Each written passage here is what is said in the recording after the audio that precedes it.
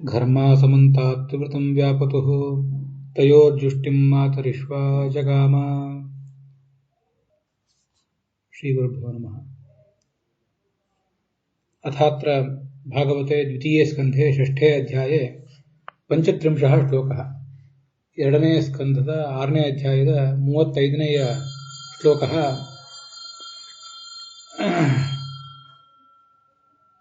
ವ್ಯಾಖ್ಯಾನೈಃ ಸಾಕಮೇವ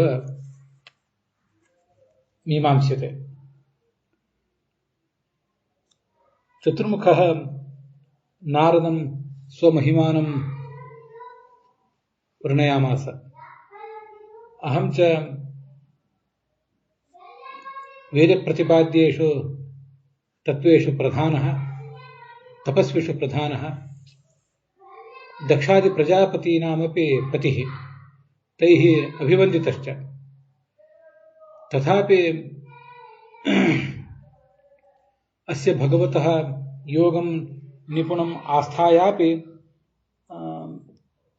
तं भगवन्तं नाध्यगच्छमहम्।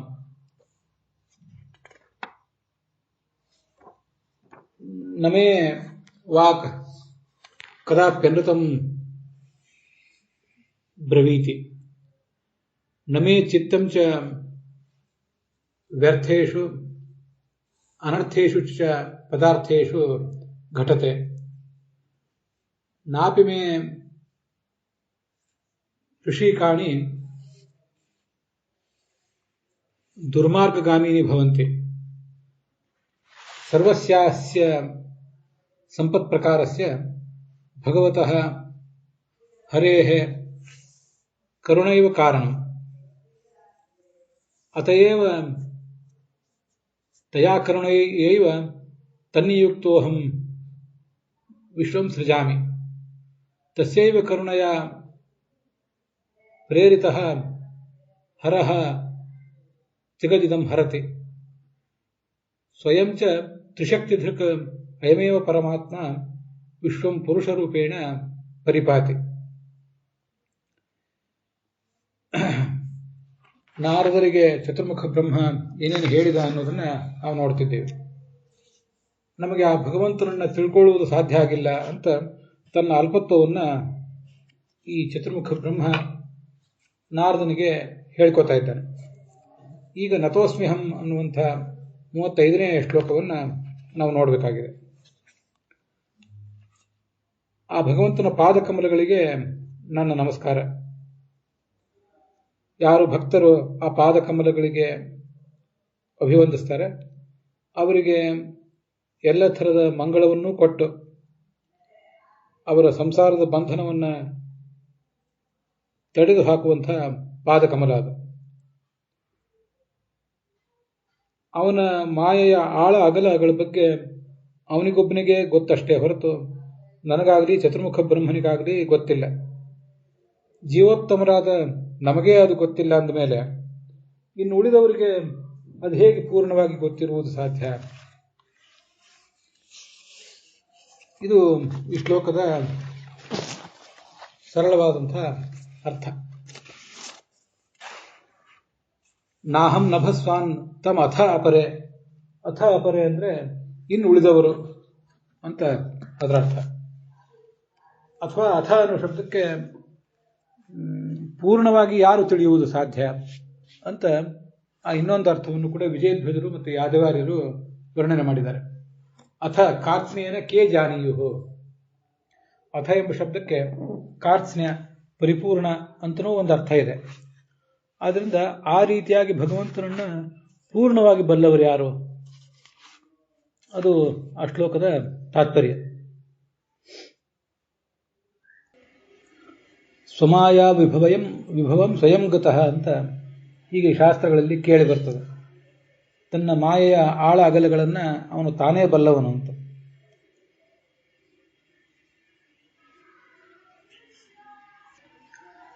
ಈ ಭಾಗವತ ಶ್ಲೋಕಕ್ಕೆ ಭಾಗವತ ತಾತ್ಪರ್ಯವೂ ಕೂಡ ಒಂದು ಬ್ರಹ್ಮಾಂಡ ಪುರಾಣದ್ದು ಉಲ್ಲೇಖ ಕಂಡದ್ದು ಕಾಣಿಸ್ತದೆ. ಸರ್ವಜೀವನಿಕಾಯೇಷು ಬ್ರಹ್ಮವಾಯು ಹರೇರ್ವಿದವು ನಚಾನ್ಯಸ್ತಾದೃಶೋ ವೇತ್ತ ಯಾವದ್ವೇತ್ಯ ಹರಿಸ್ವಯಂ. ತಾವಪಿ ನೋ ವಿಷ್ಣುಂ ಜಾನೀತೋ ಲೋಕವಂದಿತೌ ಇತಿ ಬ್ರಹ್ಮಾಂಡೆ. ಸಮಸ್ತ ಜೀವರ ನಡುವೆ ಲಕ್ಷ್ಮೀ ಮತ್ತು ನಾರಾಯಣರನ್ನು ಹೊರತುಪಡಿಸಿ ಉಳಿದವರೆಲ್ಲ ಜೀವ ಅಂತ ಕರೆಸ್ಕೋತಾರೆ. ಅವರ ನಡುವೆ ಈ ಬ್ರಹ್ಮವಾಯುಗಳೇ ಭಗವಂತನನ್ನು ಹೆಚ್ಚು ತಿಳಿದವರು. ಇತರರ್ಯಾರಿಗೂ ಕೂಡ ಅಷ್ಟು ತಿಳಿದಿಲ್ಲ. ಆದರೆ ಭಗವಂತ ತನ್ನ ಮಹಿಮೆಯನ್ನು ತಾನೇ ತಿಳಿದವನು. ಅವನೆಷ್ಟು ತಿಳಿದಿದ್ದಾನೋ ಅಷ್ಟು ಈ ಬ್ರಹ್ಮವಾಯುಗಳಿಗೂ ಕೂಡ ಗೊತ್ತಿಲ್ಲ. ಮತ್ತು ಹಾಗಾದರೆ ಉಳಿದವರು ತಿಳಿಯುವುದು ಹೇಗೆ ಸಾಧ್ಯ?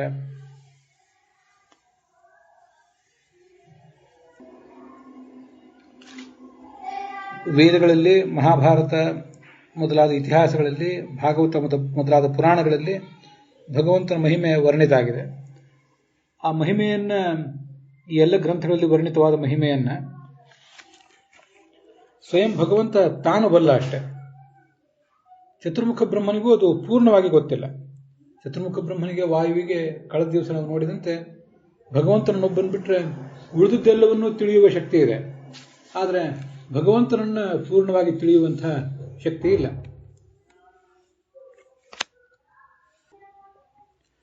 ನಾಹಂ ನ ಯೂಯಂ ಬತ ತದ್ಗತಿಂ ವಿದುಃ ನ ವಾಮದೇವಃ ಕಿಮುತಾಪರೇ ಸುರಾಃ ಯನ್ನಾಯಯ ಮೋಹಿತ ಬುದ್ಧಯಸ್ತ್ವಿದಂ ವಿನಿರ್ಮಿತಂ ಸ್ವಾತ್ಮಸಮಂ ವಿಚಕ್ಷ್ಮಹೇ ಅಂತ ಮುಂದಿನ ಶ್ಲೋಕ.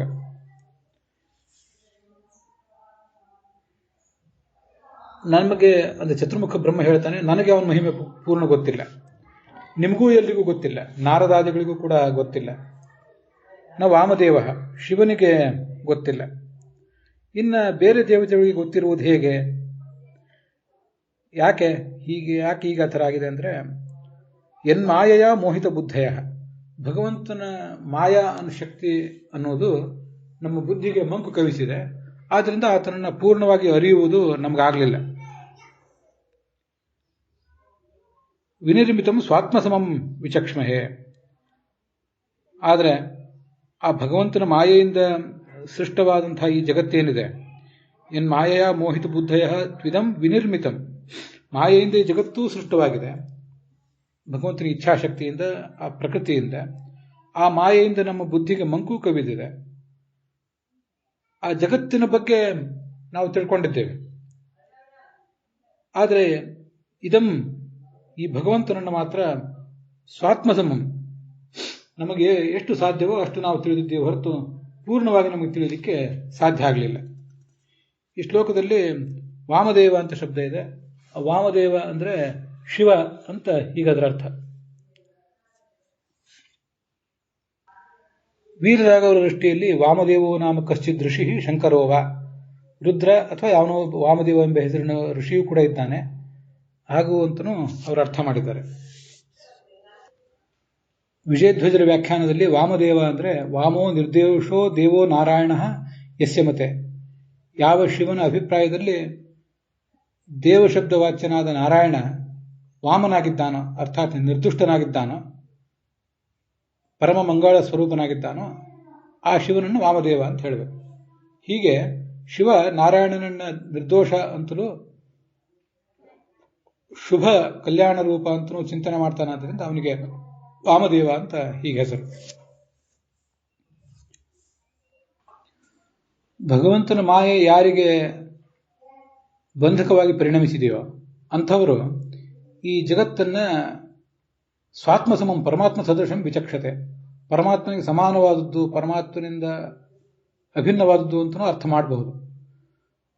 ಅಜ್ಞಾನಿಗಳು, ಮೋಹಿತ ಬುದ್ಧಿಗಳಾದವರು ಹೀಗೆ ಅರ್ಥ ಮಾಡ್ತಾರೆ, ವಿಜಯಧ್ವಜರು ಅಭಿಪ್ರಾಯ ಪಡ್ತಾರೆ. ಆದರೆ ನಾವೇನು ಅರ್ಥ ಮಾಡ್ತೀವಿ? ವಯಂತು ಏನ ಇದಂ ನಿರ್ಮಿತಂ, ಯಾವ ಭಗವಂತನಿಂದ ಈ ನಿರ್ಮಿತವಾದ ಈ ಜಗತ್ತಿದೆಯಲ್ಲ ಅಂಥ ಭಗವಂತನನ್ನ ಸ್ವಾತ್ಮಸಮಂ, ನಮ್ಮ ಯೋಗ್ಯತಾನುಸಾರ ನಾವು ವರ್ಣನೆ ಮಾಡ್ತೀವಿ. ಸ್ವಾತ್ಮಸಮಂ ಅಂತನ್ನೋದಕ್ಕೆ ಭಗವಂತನಿಗೆ ಸಮಾನವಾಗಿದೆ ಈ ಜಗತ್ತು ಅಂತ ಕೆಲವರು ಹೇಳೋರಿದ್ದಾರೆ, ಭಗವಂತನಿಂದ ಅಭಿನ್ನ ಅಂತ ಕೆಲವರಿದ್ದಾರೆ. ಹಾಗೆ ಮೋಹ ಕವಿದಿರುವುದರಿಂದ ಅವರು ವರ್ಣನೆ ಮಾಡ್ತಾರೆ. ಆದರೆ ನಾವು ಮಾತ್ರ ಆ ಮೋಹವನ್ನ ಭಗವಂತನ ಅನುಗ್ರಹದಿಂದಲೇ ಕಿತ್ತೊಗೆದಿದ್ದೇವೆ. ನಮ್ಮ ಯೋಗ್ಯತಾನುಸಾರವಾಗಿ ಪೂರ್ಣವಾಗಿ ಅಲ್ಲದೆ ಹೋದರೂ ಸ್ವಲ್ಪವಾಗಿ ಆದರೂ ಏನು ಹೇಳಬೇಕಾಗಿದೆಯೋ ಅದನ್ನು ಸರಿಯಾಗಿ ಹೇಳ್ತೇವೆ ಅಂತ ಅದರ ತಾತ್ಪರ್ಯ.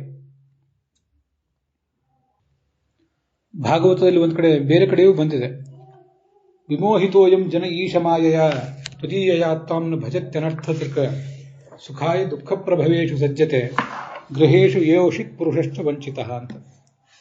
ನಿನ್ನ ಮಾಯೆಯಿಂದ ಮರುಳಾಗಿ ಈ ಜಗತ್ತು ನಿನ್ನನ್ನ ಅದು ಅರಿಯದಂತಾಗಿದೆ. ಸುಖ ಬೇಕು ಅಂತ ಬಯಸಿದೆ, ಆದರೆ ಸುಖಕ್ಕೆ ಕಾರಣವಾದ ನಿನ್ನ ಪಾದಕಮಲವನ್ನು ಬದಿಗಿಟ್ಟು ಈ ದುಃಖಕ್ಕೆ ಕಾರಣವಾದ ಜಗತ್ತಿನ ಬೆನ್ನು ಹತ್ತಿದೆ ಈ ಜಗತ್ತು.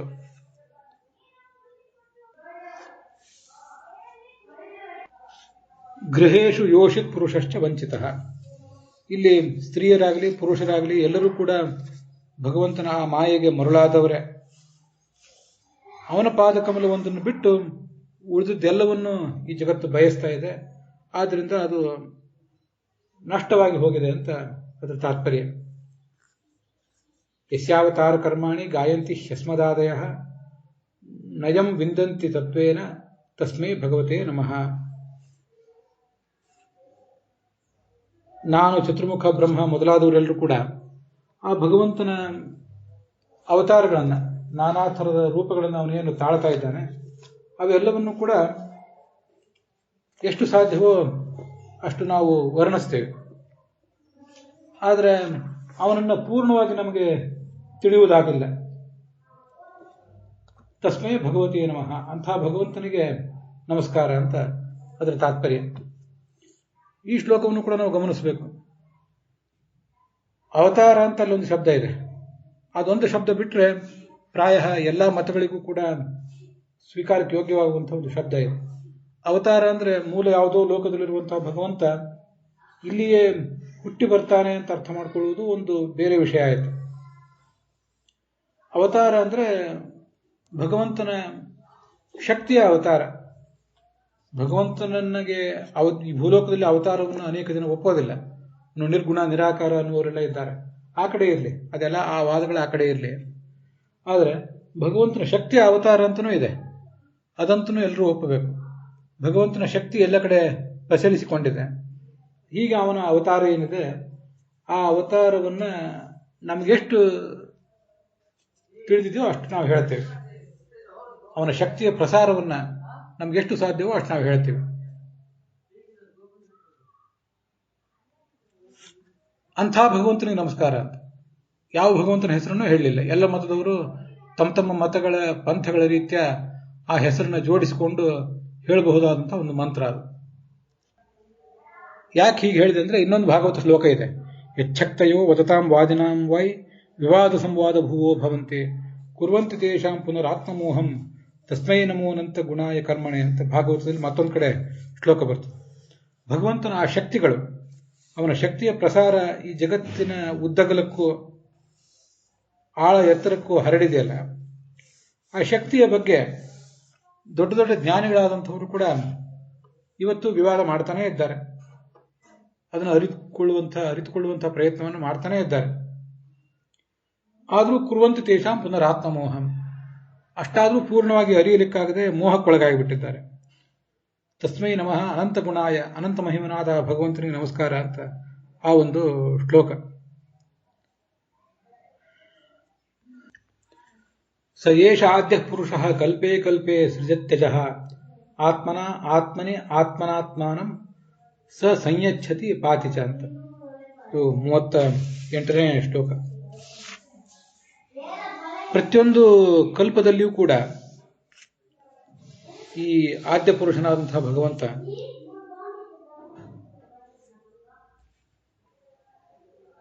ತಾನೇ ತನ್ನಿಂದ ತನ್ನ ಸ್ವರೂಪಭೂತವಾದ ಅವತಾರಗಳನ್ನ, ರೂಪಗಳನ್ನು ವ್ಯಕ್ತ ಮಾಡ್ತಾನೆ. ದುಷ್ಟರನ್ನ ನಿಗ್ರಹಿಸ್ತಾನೆ, ಸಜ್ಜನರನ್ನು ಕೂಡ ತಪ್ಪು ದಾರಿ ಹಿಡಿಯದಂತೆ ನಿಗ್ರಹಿಸ್ತಾನೆ. ಮತ್ತೆ ಅನೇಕ ರೂಪಗಳನ್ನು ತಾಳಿ ಜಗತ್ತನ್ನ ಪಾಲಿಸ್ತಾನೆ.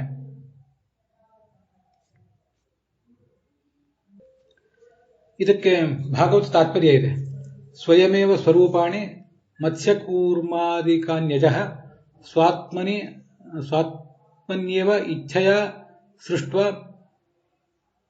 ತೈರ್ದೇವಾದೀನ್ ಪ್ರಪಾತ್ಯಸೌ ಸಂಯಚ್ಛತ್ಯಸುರಾನ್ ವಿಷ್ಣು ಕಲ್ಪೇ ಕಲ್ಪೇ ಜಗತ್ಪ್ರಭು ತಿರೋಹಿತಂ ಸ್ವರೂಪಂ ಚ ಪ್ರಕಾಶಯತಿ ಶಾಸ್ತ್ರತಃ ಅಂತ ಭಾಗವತ ತಂತ್ರದ ಮಾತನ್ನು ಆಚಾರ್ಯರು ಇಲ್ಲಿ ಉದ್ಧರಿಸಿದ್ದಾರೆ. ತನ್ನ ಸ್ವರೂಪಭೂತವಾದ ಮತ್ಸ್ಯಕೂರ್ಮಾದಿ ಅವತಾರಗಳನ್ನು ಭಗವಂತ ವ್ಯಕ್ತ ಮಾಡ್ಕೋತಾನೆ. ಅಲ್ಲಿ ಆತ್ಮನ ಅಂತ ತೃತೀಯ ವಿಭಕ್ತಿ ಒಂದು, ಆತ್ಮನಿ ಅಂತ ಸಪ್ತಮಿ ವಿಭಕ್ತಿ ಒಂದು, ಆತ್ಮ ಅಂತ ಮೊದಲು ಪ್ರಥಮ ವಿಭಕ್ತಿ, ಆಮೇಲೆ ಆತ್ಮನಿ ಅಂತ ಸಪ್ತಮಿ, ಮುಂದೆ ಆತ್ಮನ ಅಂತ ತೃತೀಯ, ಅದಾದ್ಮೇಲೆ ಆತ್ಮಾನಂ ಅಂತ ದ್ವಿತೀಯ, ಇಷ್ಟು ವಿಭಕ್ತಿಗಳಿವೆ. ಆ ರೂಪಗಳು ಎಲ್ಲಿ ವ್ಯಕ್ತ ಆಗ್ತವೆ ಅಂದರೆ ಭಗವಂತನಲ್ಲಿಯೇ ವ್ಯಕ್ತ ಆಗ್ತವೆ. ಅವುಗಳನ್ನು ವ್ಯಕ್ತ ಮಾಡುವವನು ಯಾರು ಅಂದರೆ ಆತ್ಮ ತಾನೇ ವ್ಯಕ್ತ ಮಾಡುವವನು, ತನ್ನಲ್ಲೇ ವ್ಯಕ್ತ ಮಾಡುವವನು. ಆ ವ್ಯಕ್ತ ಮಾಡಲಿಕ್ಕೆ ಉಪಕರಣ ಯಾವುದು ಅಂದರೆ ಆತ್ಮ ತಾನೇ ತನ್ನಿಂದಲೇ ತನ್ನ ಶಕ್ತಿಯಿಂದಲೇ ಮಾಡ್ಕೋತಾನೆ. ಯಾವುದನ್ನು ಮಾಡ್ತಾನೆ ಅಂದರೆ ಆತ್ಮಾನಂ ಅಂತ ದ್ವಿತೀಯ ವಿಭಕ್ತಿ. ಸೃಜತಿ ಅನ್ನೋದಕ್ಕೆ ಆ ದ್ವಿತೀಯ ವಿಭಕ್ತಿಯಲ್ಲಿರುವ ಆತ್ಮಶಬ್ದವೇ ಕರ್ಮ. ತನ್ನನ್ನು ತಾನು ವ್ಯಕ್ತ ಮಾಡ್ಕೋತಾನೆ, ತನ್ನಿಂದಲೇ ವ್ಯಕ್ತ ಮಾಡ್ಕೋತಾನೆ, ತನ್ನಲ್ಲಿ ವ್ಯಕ್ತ ಮಾಡ್ತಾನೆ, ತಾನೇ ಮಾಡ್ತಾನೆ ಅಂತ ಹೀಗಾದ್ರೆ ತಾತ್ಪರ್ಯ.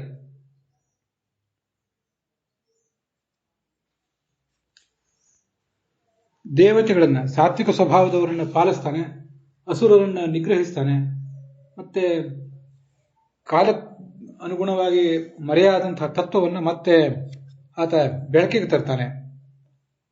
ಇದು ಭಗವಂತನೇ ಯಾವತ್ತೂ ಮಾಡುವಂತಹ ಕೆಲಸಗಳು.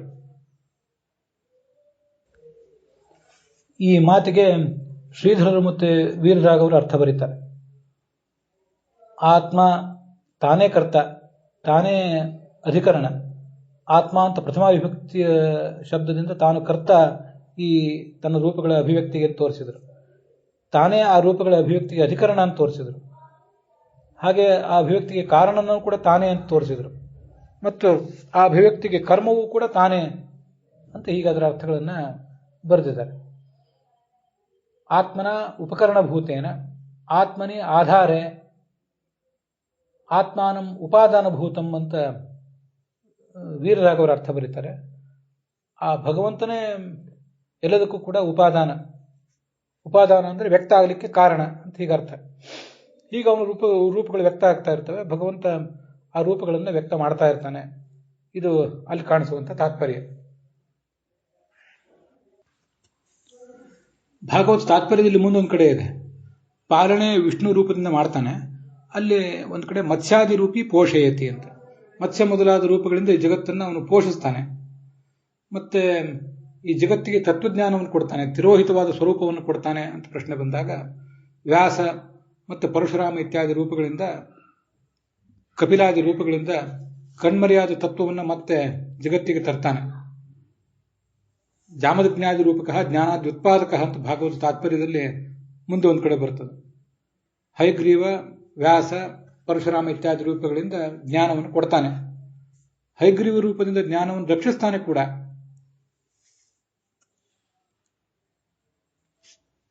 ಹಯಗ್ರೀವಾದಿ ರೂಪಕಃ ಜ್ಞಾನಾದಿ ರಕ್ಷಕ ಅಂತ ಭಾಗವತ ತಾತ್ಪರ್ಯದಲ್ಲಿ ಮುಂದೆ ಒಂದು ಕಡೆ ಕೇಳಿ ಬರ್ತದೆ.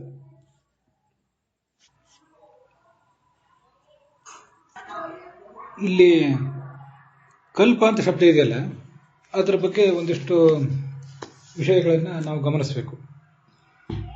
ಕಲ್ಪ ಅನ್ನುವುದೊಂದು ಅನೇಕ ಅರ್ಥಗಳನ್ನು ಹೇಳುವಂತಹ ಶಬ್ದ. ಮನ್ವಂತರ ಕಲ್ಪ, ದಿನಕಲ್ಪ ಮತ್ತು ಮಹಾಕಲ್ಪ ಅಂತ 3 ಥರದ ಕಲ್ಪಗಳಿವೆ. ಮನ್ವಂತರ ಕಲ್ಪ ಅಂದರೆ ಪ್ರಾಯ 30-32 ಕೋಟಿ ವರ್ಷದ ಒಂದು ಅವಧಿ, ಒಂದೊಂದು ಮನುವಿನ ಆಳ್ವಿಕೆಯ ಸಮಯ. ದಿನಕಲ್ಪ ಅಂದರೆ 432 ಕೋಟಿ ವರ್ಷ ಹಗಲು, 432 ಕೋಟಿ ವರ್ಷದ ರಾತ್ರಿ. ಇದಿಷ್ಟು ಚತುರ್ಮುಖ ಬ್ರಹ್ಮನ ಒಂದು 24 ದಿವಸ. ಅಲ್ಲಿ 432 ಕೋಟಿ ವರ್ಷದ ಹಗಲೇನಿದೆ ಅದು ದಿನಕಲ್ಪ ಅಂತ ಕರೆಸ್ಕೋತದೆ. ಮಹಾಕಲ್ಪ ಅಂದರೆ ಚತುರ್ಮುಖ ಬ್ರಹ್ಮನ ಒಟ್ಟಾರೆ ಆಯುರ್ಮಾನ 31,104 ಕೋಟಿ ವರ್ಷಗಳ ದೀರ್ಘವಾದಂಥ ಆಯುರ್ಮಾನ. ಅದು 31,104 ಇಷ್ಟು ಸಂಖ್ಯೆಗಳು. ಅದರ ಮುಂದೆ 10 ಸೊನ್ನೆಗಳನ್ನು ಹಾಕಬೇಕು.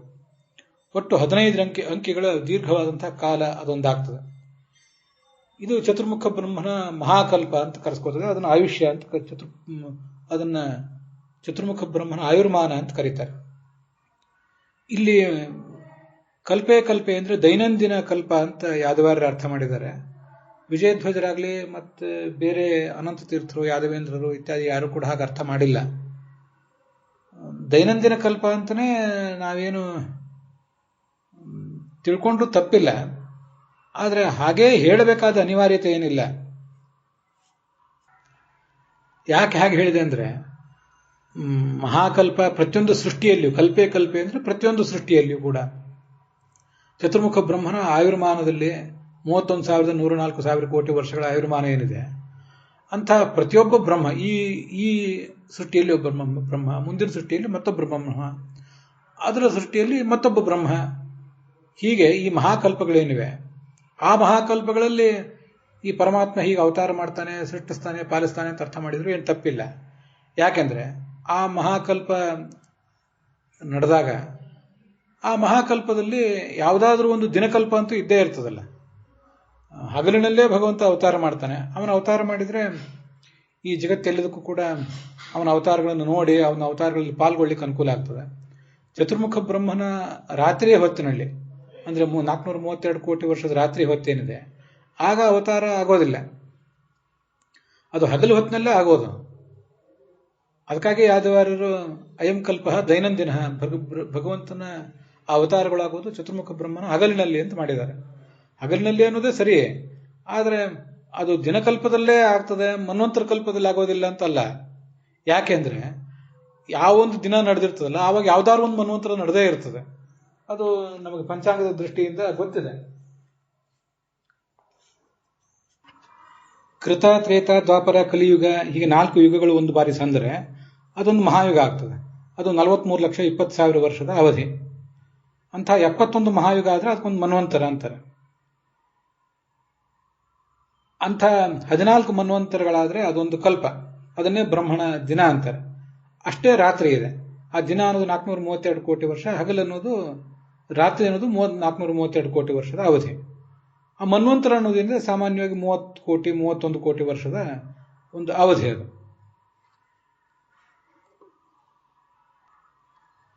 ಹೀಗೆ ಚತುರ್ಮುಖ ಬ್ರಹ್ಮನ ಹಗಲು ನಡೆದಾಗ ಆವಾಗ ಒಂದಲ್ಲ ಒಂದು ಮನ್ವಂತರ ಯಾವುದಾದ್ರು ನಡೆದೇ ಇರ್ತದೆ. ಮೊದಲು ಸ್ವಯಂಭೂ ಮನ್ವಂತರ ಇತ್ತು. ಈಗ ವರ್ತಮಾನ ಬ್ರಹ್ಮ ಏನಿದ್ದಾನೆ ಅವನ ದಿನದ ನಡುವೆ ಸ್ವಯಂಭುವ, ಸ್ವಾರೋಚುಷ, ಉತ್ತಮ, ತಾಪಸ, ರೈವತ, ಚಾಕ್ಷುಷ ಅನ್ನುವಂಥ 7 ಮನ್ವಂತರಗಳು ನಡೆದು ಹೋಗಿವೆ. ವೈವಸ್ವತ ಮನ್ವಂತರ ಈಗ ನಡೆದಿದೆ. ಅಂತೂ ಚತುರ್ಮುಖ ಬ್ರಹ್ಮನ ಮಹಾ ಆಯುರ್ಮಾನದಲ್ಲಿ ಹಗಲು ಒಂದು ಯಾವುದೋ ನಡೆದಿದೆ. ಈಗ ಮೊದಲನೇ ದಿವಸ, ಮೊದಲನೇ ತಿಂಗಳು ನಡೆದಿದೆ. ಅದರಲ್ಲಿ ಆ ಮೊದಲನೇ ದಿವಸದಲ್ಲಿ ಈಗ 7 ಮನುಗಳು ಮುಕ್ತಾಯ ಕಂಡಿದ್ದಾರೆ. 6 ಮನುಗಳು ಮುಕ್ತಾಯ ಕಂಡಿದ್ದಾರೆ. 7ನೇ ಮನ್ವಂತರ ನಡೆದಿದೆ. ಒಟ್ಟು 11 ಮನ್ವಂತರಗಳು, ಒಟ್ಟು 14 ಮನ್ವಂತರಗಳು ಒಂದು ದಿವಸದಲ್ಲಿ ಆಗ್ತವೆ. ಅಂತೂ ಪ್ರತಿಯೊಂದು ಚತುರ್ಮುಖ ಬ್ರಹ್ಮನ ದಿನದಲ್ಲಿಯೂ ಕೂಡ 432 ಕೋಟಿ ವರ್ಷದ ದಿನದಲ್ಲಿ ಈ ಚತುರ್ಮುಖ ಬ್ರಹ್ಮನ ಆ ದೀರ್ಘವಾದ ದಿನದಲ್ಲಿ 14 ಮನ್ವಂತರಗಳು ಆಗ್ತಿರ್ತವೆ. ಅಂತೂ ಯಾವ್ದಾದ್ರು ಒಂದು ಮನ್ವಂತರ ಇದ್ದೇ ಇರ್ತದೆ, ಯಾವ್ದಾದ್ರು ಒಂದು ದಿನ ಅಂತೂ ಇದ್ದೇ ಇರ್ತದೆ. ರಾತ್ರಿ ಕಾಲದಲ್ಲಿ ಆಗೋದಿಲ್ಲ. ಅದನ್ನು ಯಾದವಾರ್ಯರು ತಿಳಿಸಿದ್ದಾರೆ. ಅದರ ಒಟ್ಟಾರೆ ತಾತ್ಪರ್ಯ ದಿನಕಲ್ಪದಲ್ಲಿ ಆಗ್ತದೆ, ಮನ್ವಂತರ ಕಲ್ಪದಲ್ಲಿ ಆಗೋದಿಲ್ಲ, ಮಹಾಕಲ್ಪದಲ್ಲಿ ಆಗೋದಿಲ್ಲ ಅಂತ ಅದರ ಅರ್ಥ ಅಲ್ಲ. ಒಂದು ಮಹಾಕಲ್ಪದ ಭಾಗವಾಗಿಯೇ ಒಂದು ದಿನಕಲ್ಪ, ಅದರ ಒಂದು ಭಾಗವಾಗಿಯೇ ಒಂದು ಮನ್ವಂತರ ಕಲ್ಪ ಇರೋದು. ಅಂತೂ ಯಾವ್ದಾದ್ರು ಒಂದು ಮನ್ವಂತರ ಇರ್ತದೆ, ಆವಾಗ ಭಗವಂತನ ಅವತಾರ ಆಗ್ತದೆ. ಈಗ ವೈವಸ್ವತ ಮನ್ವಂತರದಲ್ಲಿ ಈ ಕೃಷ್ಣನ ಅವತಾರ ಆಗಿತ್ತು. ಈಗ 5,000 ವರ್ಷಗಳ ಹಿಂದೆ. ಆದ್ದರಿಂದ ಅಯಂ ಕಲ್ಪೋ ದೈನಂದಿನ ಅಂತ ಯಾದವಾರ್ಯರು ಹೇಳುವ ದೃಷ್ಟಿ ಏನಿದೆ, ಅದಕ್ಕನುಸಾರವಾಗಿ ನಮ್ಮ ಗುರುಗಳು ಪುರಾಣಿಕಾಚಾರ್ಯರು ಅನುವಾದ ಮಾಡಿದ್ದೇನಿದೆ, ಅದು ಮನ್ವಂತರ ಕಲ್ಪದಲ್ಲಿ ಆಗುವುದಿಲ್ಲ, ಮಹಾಕಲ್ಪದಲ್ಲಿ ಆಗುವುದಿಲ್ಲ ಅಂತ ಉಳಿದೆರಡು ಕಲ್ಪಗಳನ್ನ ವ್ಯಾವೃತ್ತಿ ಮಾಡ್ಲಿಕ್ಕೋಸ್ಕರ, ಅವುಗಳನ್ನು ದೂರ ಇಡ್ಲಿಕ್ಕೋಸ್ಕರ ಹೇಳಿದ್ದಲ್ಲ. ಎಲ್ಲಾ ಅವತಾರಗಳಾಗುವುದು ಮಹಾಕಲ್ಪದಲ್ಲಿಯೇ, ಅದರ ಒಂದು ಭಾಗವಾದ ಚತುರ್ಮುಖ ಬ್ರಹ್ಮನ ದಿನಕಲ್ಪದಲ್ಲಿಯೇ, ಹಗಲಿನಲ್ಲಿಯೇ. ಅದರಲ್ಲೂ ಯಾವ್ದಾದ್ರು ಒಂದು ಮನ್ವಂತರ ಆವಾಗ ಇದ್ದೇ ಇರ್ತದೆ ಅನ್ನೋದನ್ನು ನಾವು ಅನುಸಂಧಾನಕ್ಕೆ ತಂದುಕೊಂಡ್ರೆ ಸಾಕು. ಅದು ಯಾದವಾರ್ಯರ ದೃಷ್ಟಿ. ಅಲ್ಲಿಗೆ 38 ಶ್ಲೋಕಗಳ ವ್ಯಾಖ್ಯಾನದೊಂದಿಗೆ ಇವತ್ತಿನ ಈ ಭಾಗ ಸಮಾಪ್ತವಾಗಿದೆ. ಹುಸಿಯ ನಾಡಿ ಹೊಟ್ಟೆ ಹೊರೆವ ವಿಷಯದಲ್ಲಿ ರಸಿಕನೆಂದು ಹುಸಿಗೆ ಹಾಕಿದ್ರು ಇನ್ನ ಹೃಷಿಕೇಶನೇ, ಈಶನಿನ್ನ ಚರಣ ಭಜನೆ ಆಸೆಯಿಂದ ಮಾಡುವೆ, ದೋಷ ರಾಶಿ ನಾಶ ಮಾಡು ಶ್ರೀಕೇಶವ. ಶ್ರೀಕೃಷ್ಣಾರ್ಪಣ ಮಸ್ತು.